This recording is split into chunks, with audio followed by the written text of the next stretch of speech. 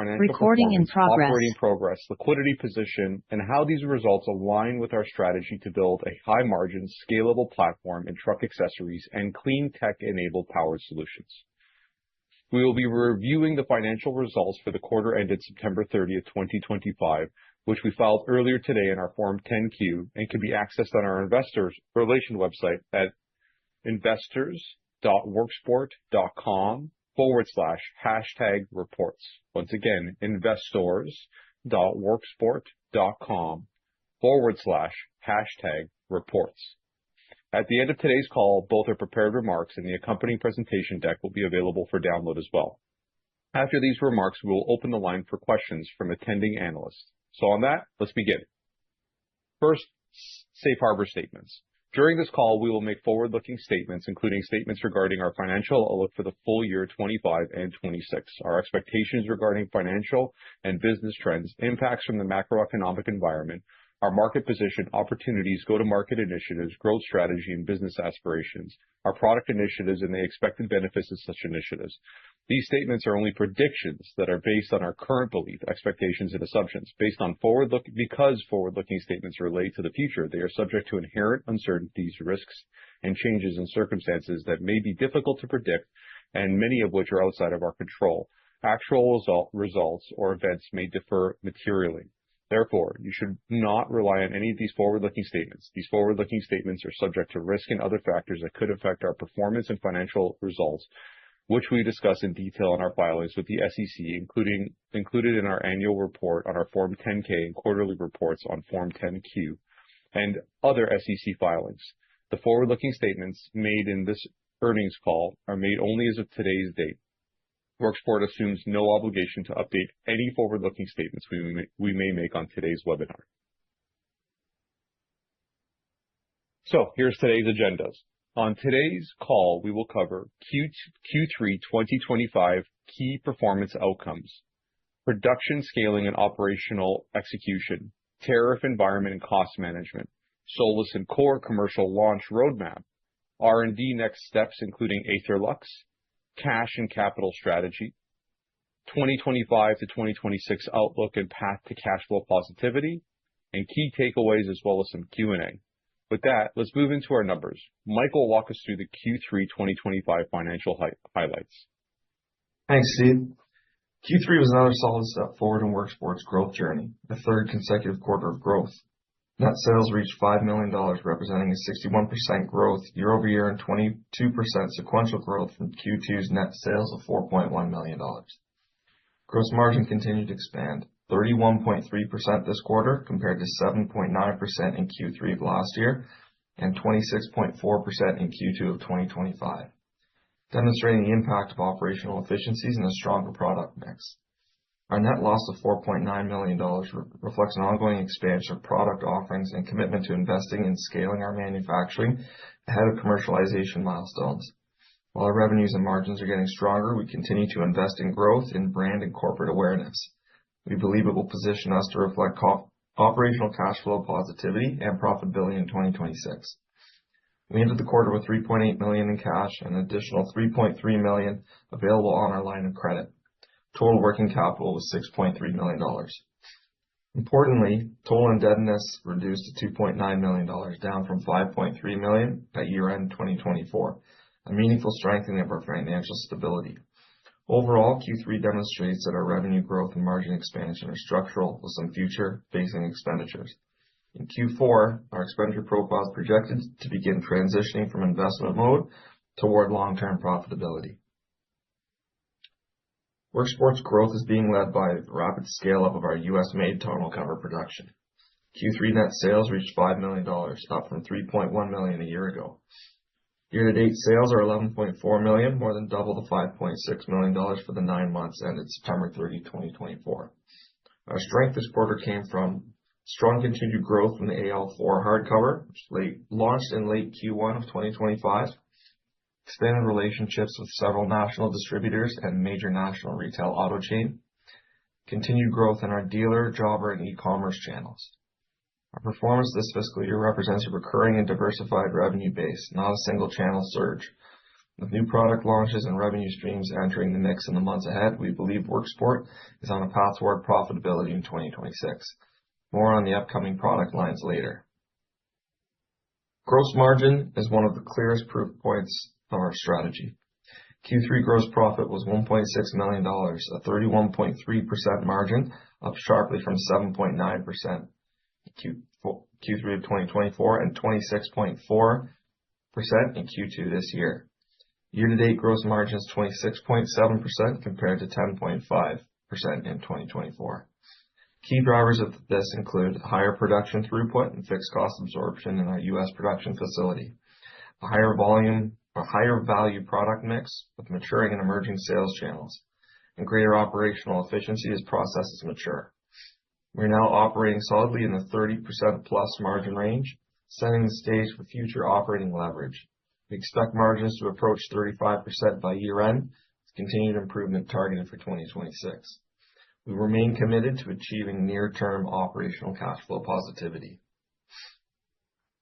In Q3, operating expenses totaled $6.4 million, compared with $4.2 million in Q3 of 2024 and $4.7 million in Q2 of 2025.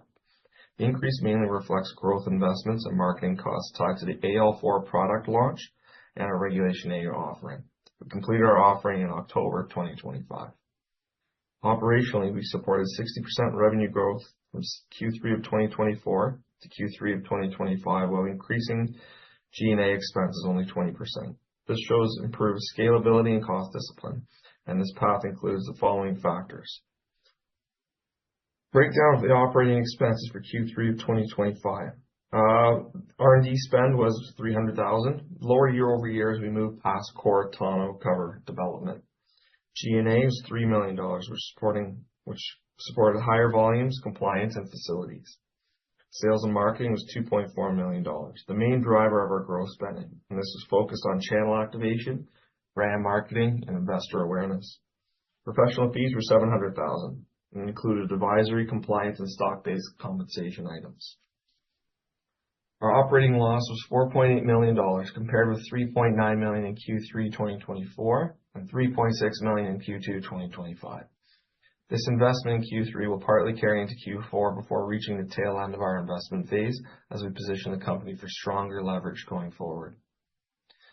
For the first 9 months of 2025, our cash position reflects disciplined investment and growth financing activities. Our net cash used in operations was $11.2 million, compared to $8 million in the same period last year. Our Q3 operating cash burn was approximately $4.3 million, slightly higher than Q2 as we completed major production and marketing initiatives. We also incurred one-time expenses related to the Reg A marketing efforts. Our investing cash outflow is $485,000 and was represented mainly spending on machinery, tooling, and some intangible assets. Our financing inflows were $7.1 million. This is from warrant exercises, the issuance of Series C preferred stock and warrants in connection with the Reg A units offering, net repayments on revolving credit facility, and the issuance of common stock. With respect to long-term debt, we continue to improve our leverage profile while managing our obligations. As of September 30, 2025, our total indebtedness, current and long-term, equaled $2.9 million, which is down from $4.8 million on December 31, 2024. Our revolving credit facility had a balance of $1.6 million, and our other term debt had a balance of $1.3 million. Availability on a revolving credit facility, we've got $3.3 million unused, which provides additional liquidity and flexibility to support our strategic priorities. Our path to profitability is becoming clearer each quarter, supported by stronger unit economics and upcoming revenue catalysts. Our gross margin is now consistently above 30%, up from under 10% last year, showing true structural improvement in profitability generated from production activities. Our operating leverage, while year-to-date revenue is up more than 60%, G&A expenses have risen only about 20%, signaling scalability across our product offerings. On a revenue scale, applying our current margins to an annualized sales run rate approaching $20 million positions us meaningfully closer to break-even. Importantly, much of R&D investment over the last few years is now at the finish line. with the HD3 tonneau cover line launching in Q4 and the Solis and Core systems set for commercial orders in late 2025. These are not cost centers anymore, they are our next revenue engines. As these products enter production and sales channels, we expect sustained gross margins in the 35% plus range, continued expense efficiency, and a clear trajectory towards cash flow positivity in 2026. We are building this profitability bridge step by step, product by product. We anticipate Worksport's need for cash provided by financing activities to decrease in 2026, given our projected path to cash flow positivity. Now back to Stephen for key insights into business operations. Thanks, Mike. In Q3, we built a scalable ISO 9001 certified manufacturing base. Q3's 31.3% gross margin is the financial proof of that operational capability. It is expected to only improve from here. We produced 2,499 tonneau covers by hand in a 4-week stretch from early to late July 2025, more than double our March 25 total monthly output. In Q4, we expect to increase production by another 50% compared to Q3. An increase in production will benefit our margins and selling the demand we have meticulously invested in creating the market over the last year. We achieved without proportional headcount increase, validating process efficiency. And Q3 margins confirm better utilization of our US production facility, improved fixed cost absorption, continued focus on quality and throughput sufficient to support national distribution and dealers. Let's talk a bit about our tonneau cover business, our profit engine. After years of strategic investment, our hard folding tonneau cover division is now Worksport's near-term economic engine. They're made in the USA with rising brand recognition and multi-channel distribution. We have proven ability to increase margins with scale, 35% plus gross margins at current volumes, with margins projected to grow even further. And as production scales, our tonneau cover division can absorb a significant share of fixed cost overhead, reduce reliance on external capital, and generate cash to fund clean tech initiatives. The tonneau cover product offerings provide the financial backbone on which Core and Solis and Aetherlux are being built, giving Worksport a strong and self-funded foundation for growth. Now let's talk a little bit about tariffs and how we're managing them. We continue to operate in a dynamic tariff trade environment. We all know this. While tariffs remain a headwind, they are manageable, and in the tonneau cover market, increasingly serve as a competitive tailwind for Worksport. First, U.S. manufacturing advantage. The majority of tonneau cover production value is U.S.-based, reducing exposure compared to our import-heavy competitors. Cost containment. Historical 5 to 10% material cost pressure has been offset through efficiency gains, scale-driven overhead absorption, and pricing discipline. This is through domestic pricing inflation. Our competitive position. Tariffs often impact imported competing products more severely, while our domestic footprint, brand marketing, and product quality is a clear differentiator, especially if trade frictions continue. Core and Solis considerations. While some components are globally sourced for Core and Solis, tariff exposure is modeled into our pricing and margin forecasts, with flexibility to adjust and mix pricing as needed further. Further to this, the November 10, 2025 tariff suspension provides additional near-term relief and validates our proactive planning. The thing everyone's been waiting for. Let's talk a little bit about Solis and Core. From investment to revenue pipeline. As of October 21st, 2025, the Worksport HD3 tonneau cover is now in production, with initial sales expected to begin to B2B customers in November 2025, followed by sales to online customers later this year. We're going to talk about Solis and Core. Let's talk about HD3 first, which we just did for a second. The HD3 is a heavy-duty tonneau cover designed for commercial and fleet applications. Building on the AL3, it features upgraded materials, seals, and latching for maximum durability. While available through all channels, its primary focus is driving growth in our wholesale and B2B channels, adding a new revenue stream and completing our US-made tonneau cover lineup. So we're very, very excited about the HD3 and what it's going to do for our B2B business channels. Innovation pipeline, our Solus and Core. After years of engineering, tooling, certifications, and partnership investments, Solus and Core are now set to be released for orders later this month. What has been pure operating and capital expense is expected to become a visible, high-margin revenue stream beginning in late Q4 2025 and scaling through 2026 and beyond.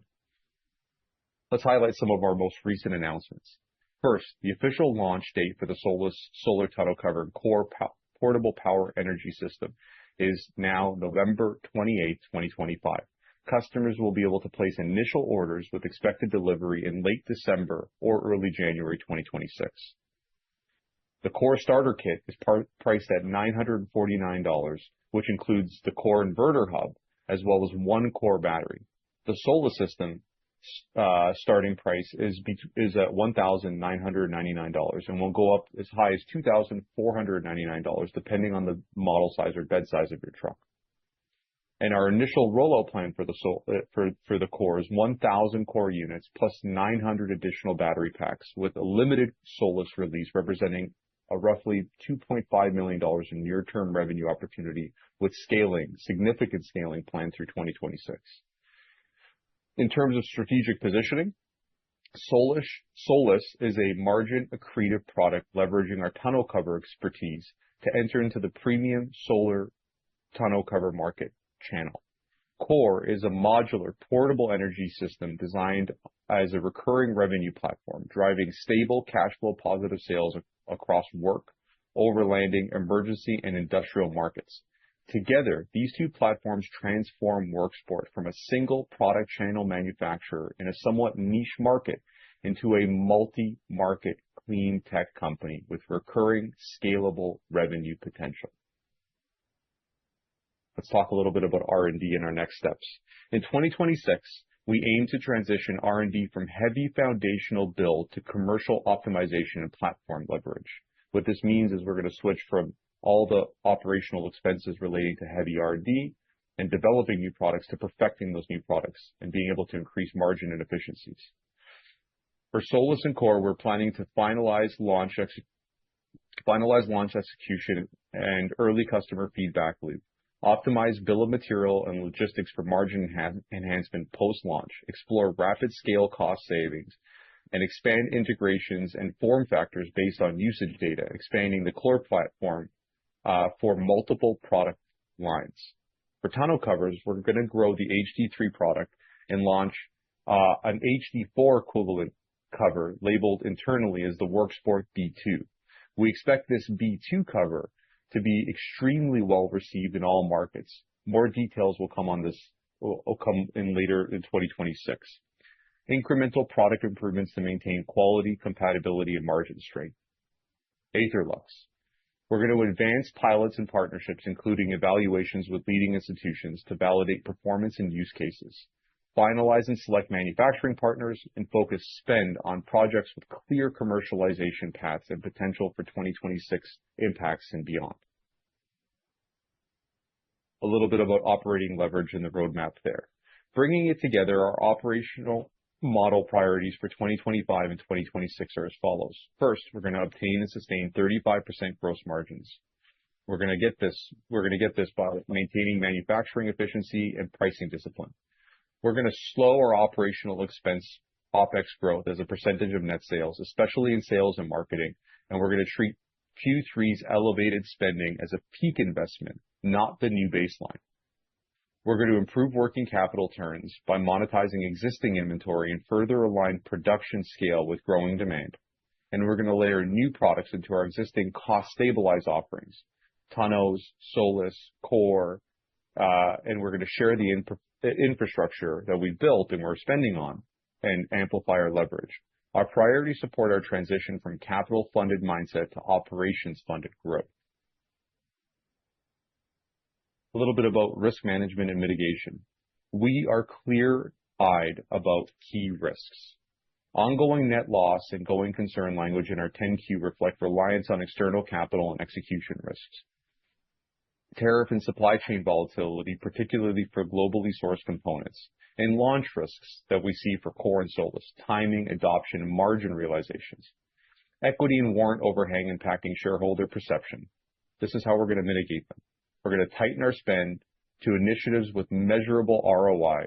We're going to maintain and selectively use diversified capital sources. And we're going to stage clean tech production and inventory to complement demand signals. Communicate transparently about milestones and capital deployment.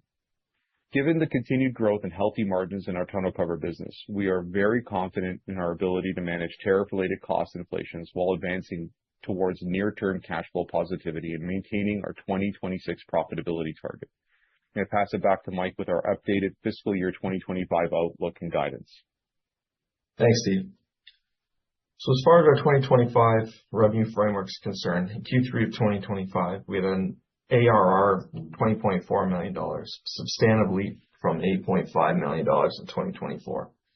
Q4 2025 is expected to benefit from continued tonneau growth and channel expansion, initial SOLIS and core orders commencing November 28, 2025, with early but measured contribution.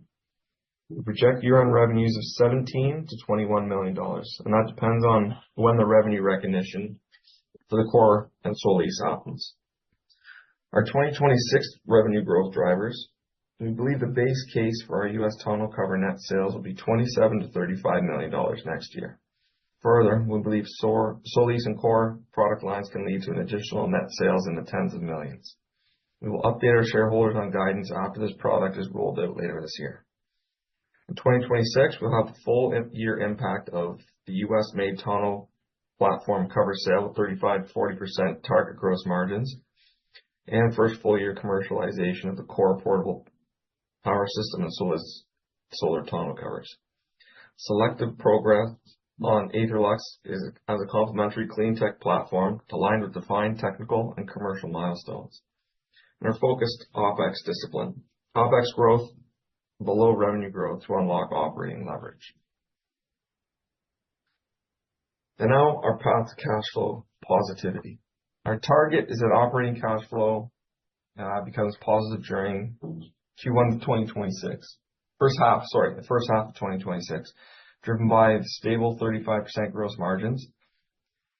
Increasing sales will lead to higher utilization of existing manufacturing and distribution infrastructure with no major step up in fixed costs. Our tighter control of G&A, sales and marketing professional fees with the spend tied to measurable ROI. And our launch of HD3, SOLIS and core product lines, our new margin sources. And now back to Steve with our concluding remarks. Thanks, Mike. Well, we've built a high-margin U.S. manufacturing platform with rapid revenue growth. We've established national distribution, and that's growing. And we positioned SOLIS, core, and AetherLux on top of that foundation. Our focus now is precise, disciplined execution towards sustainable cash flow and profitability. We're seeing here on the charts Worksport's revenue growth, Worksport's margin growth, and Worksport's new products set to improve 2026 profitability. Thanks, everyone. This concludes our prepared remarks. Operator, please open the line for questions.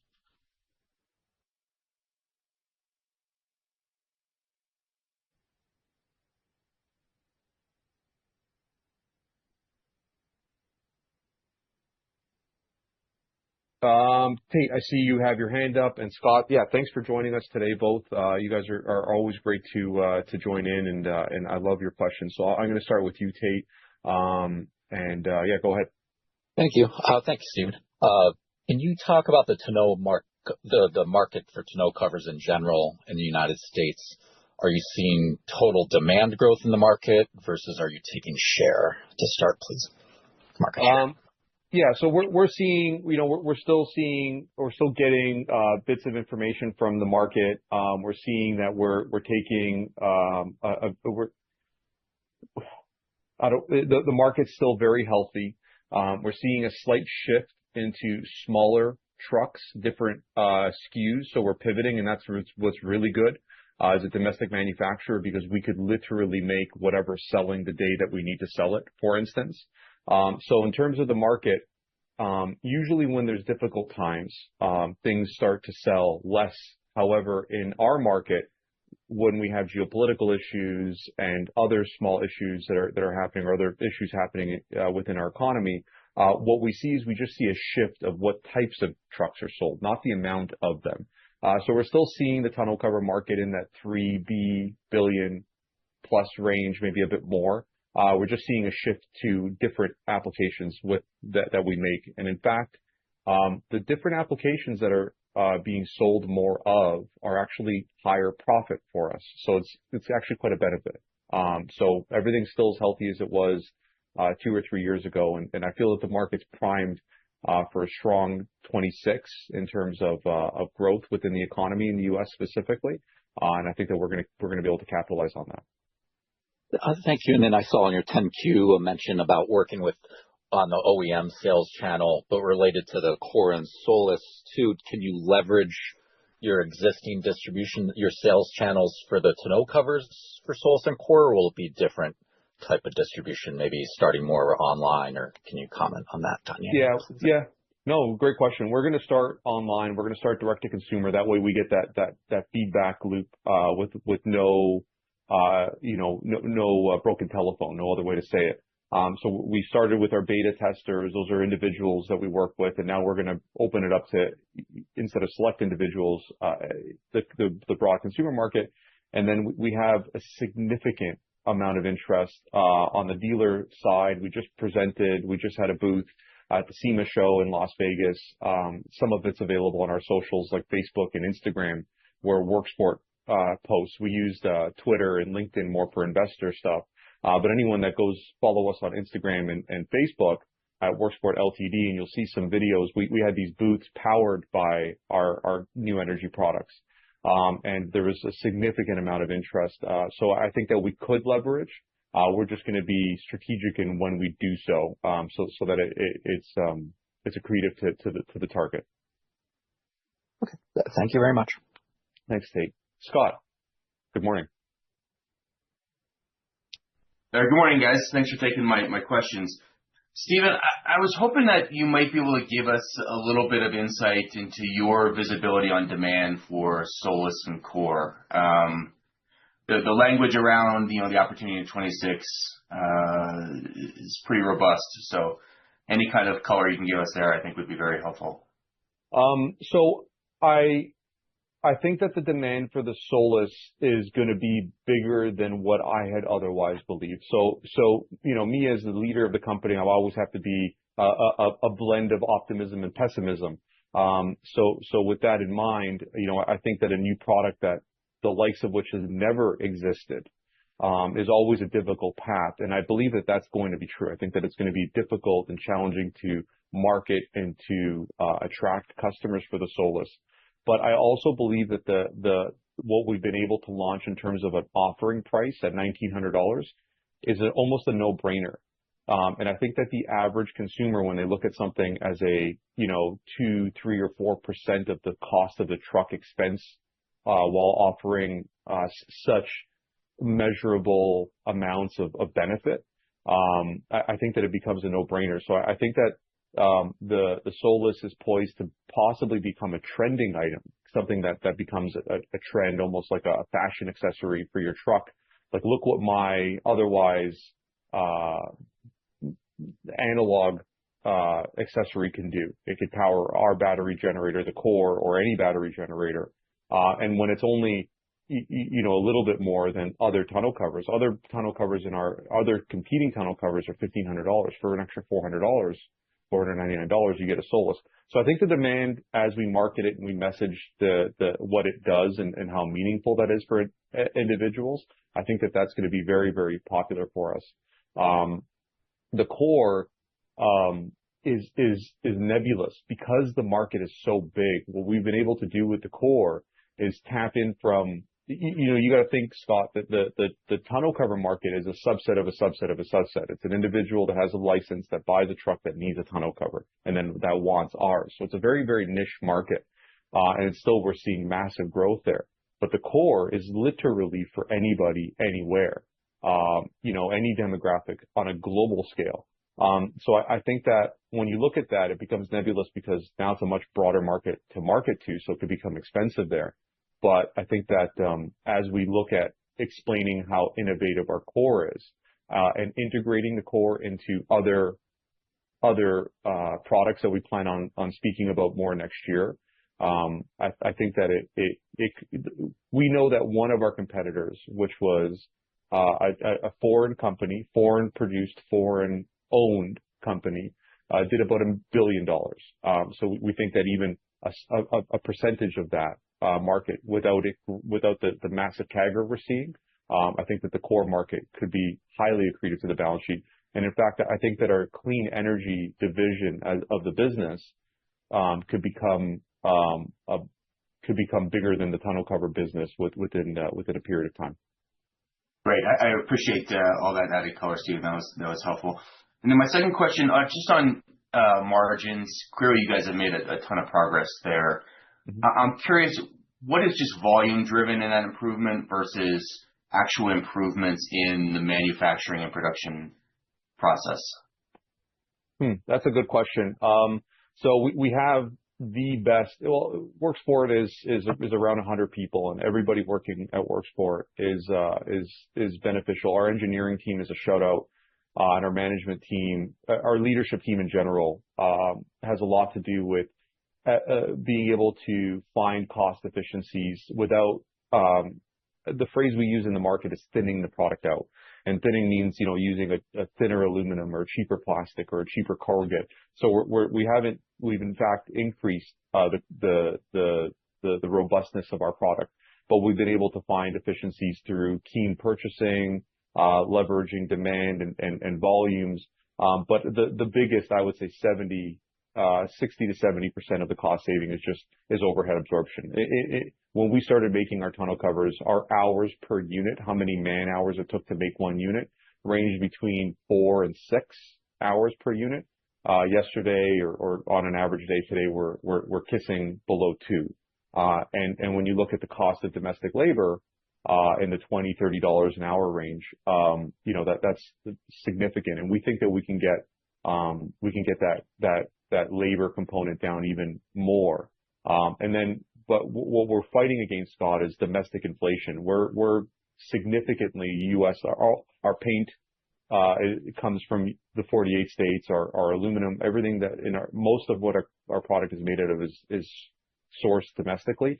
And even though the tariffs are for foreign products, we've been seeing a lot of domestic inflation.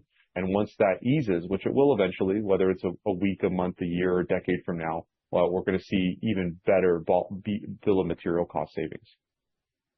Great. And are we kind of capped out at around 35% on the current product mix? Or when, a year from now, are we talking about pushing 40% going into 27? It's going to be, there's going to be two different things so first off, we may reduce discounts as the brand becomes more popular. So, right now we have a Black Friday sale, and that sale is just us reducing our margin in essence. That's what all sales are, to sell more. So we're finding ways of being able to attract customers. So there's marketing costs are going to decrease while our branding increases, our brand recognition increases. Operational efficiencies. And then as we become a more popular brand, well faceted in the marketplace, we'll be more selective on sale price, because I think that the value will be driven by the product's quality and our name brand to begin with. So all of those in aggregate, I think that we could see higher than and in times, our targets are 50+% margin. But it's going to take a lot of hard work. Great. Well, I appreciate the added color, guys, and congratulations on all the progress. Thank you, Scott. Thank you, Scott. Steve, we have 3 more questions from the audience in the Q&A bubble. The first question is, if someone was to order the Solis and Core on the November 28th release date, when would they reasonably expect to receive the product? Great question. So the Solis is made to order. It's made domestically here within our facilities in the U.S. It'll be, mostly made to order. We may stock some. So it's all handmade, white glove service.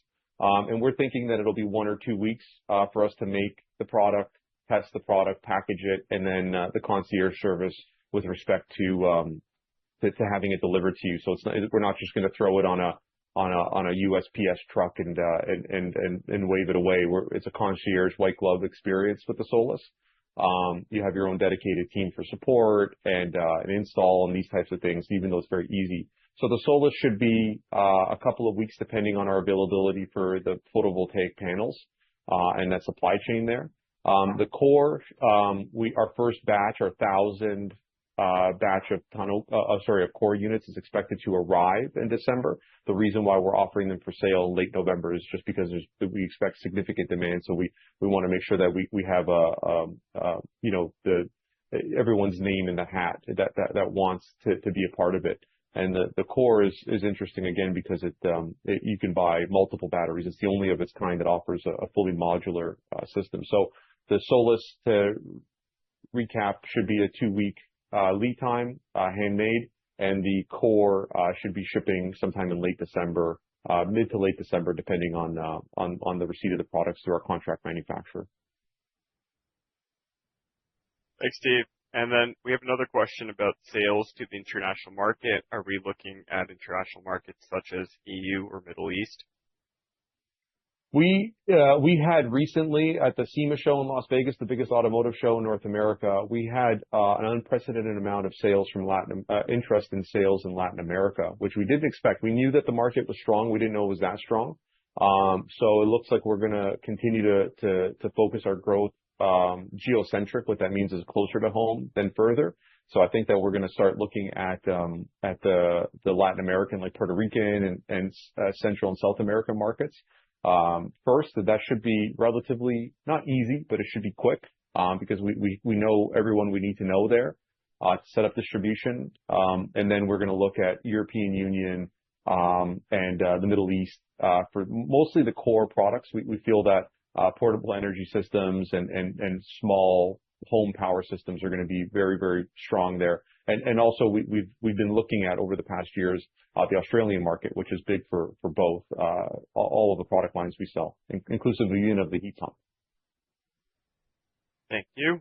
Another question on the heat pump specifically. When do we expect it to go into production?